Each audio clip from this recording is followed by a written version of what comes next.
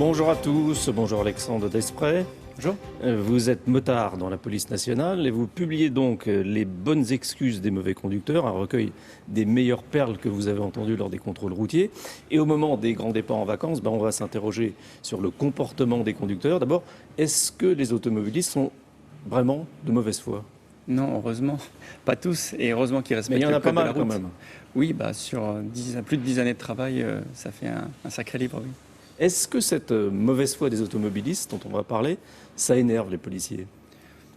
Parfois, oui, c'est vrai qu'il y a certaines excuses qui rendent le policier un petit peu énervé. Bien évidemment, quand vous rentrez dans un mensonge ou une mauvaise foi caractérisée, c'est pas un rapport humain très sympathique à vivre.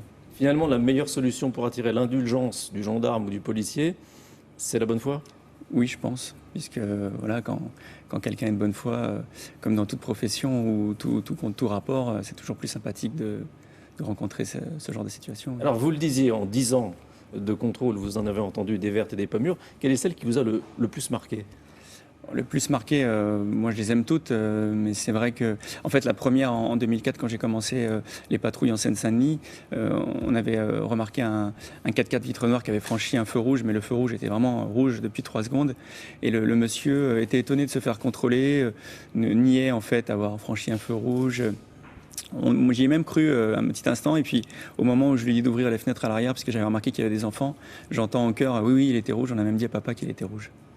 Alors, il y a aussi un thème qui inspire beaucoup les automobilistes, c'est l'alcoolémie.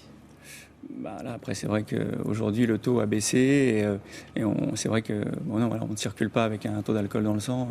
On a déjà. Et toutes les excuses sont bonnes quand il y a des contrôles positifs. Oui, là, dernièrement, il y a un monsieur qui nous dit de toute façon, j'ai fait tremper mon dentier toute la nuit dans une solution alcoolisée, donc si votre machin est positif, ça sera certainement à cause de ça. Il y a aussi l'exemple du conducteur qui tient pas debout. Oui, il ne tient pas debout, il décide de marcher sur la ligne blanche, alors on le contrarie pas, hein, il marche sur la ligne blanche, et puis au moment de retourner dans la voiture, on lui dit vous allez quand même souffler dans l'éthylotest, monsieur, parce qu'il n'y a jamais eu de ligne blanche par terre. Il y a aussi celui du conducteur qui est assis et puis qui vous dit j'ai pas besoin de me tenir debout. Oui, puisque moi je conduis assis, on lui fait remarquer que le monsieur ne tient pas debout, on lui dit monsieur vous ne tenez pas debout, et il dit mais de toute façon moi je conduis assis. Alors il y en a aussi qui refusent de souffler dans l'éthylotest. Oui, il y a parfois des refus. Bon, après, c'est un délit. C'était notamment ce monsieur-là qui voulait absolument.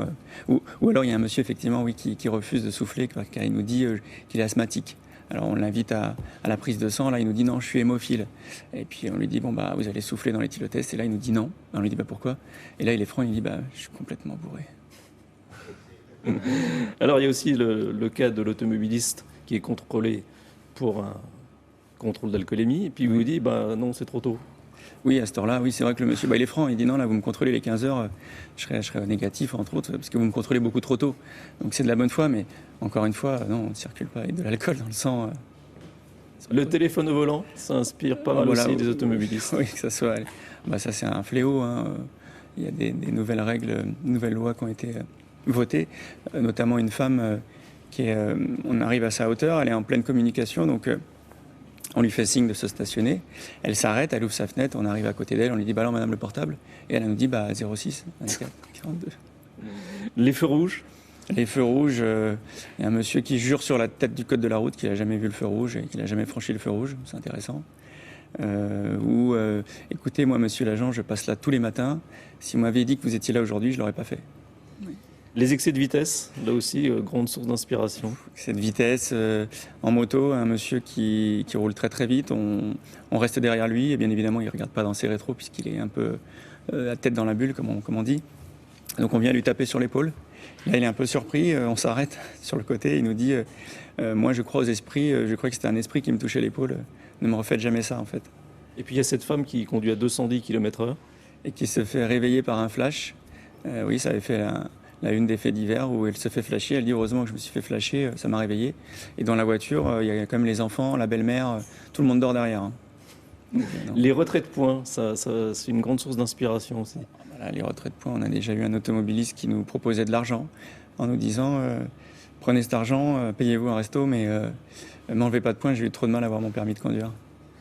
Je reviens aux excès de vitesse. Il y a Oui. un exemple assez amusant. Il y a l'automobiliste qui est tellement pressé qu'il veut vous donner un timbre poste.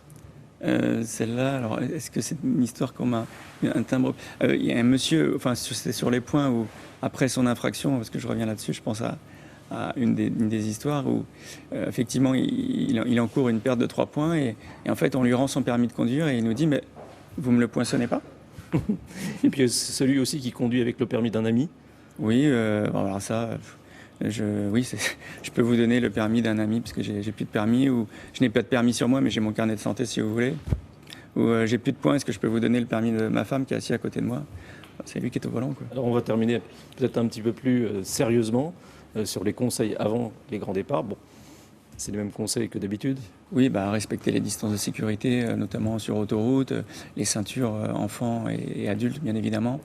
De mettre ses clignotants, de respecter aussi, je le vois trop souvent, et c'est un gros procès verbal, et je peux vous assurer que les gens handicapés sont ravis de nous voir verbaliser les places handicapées.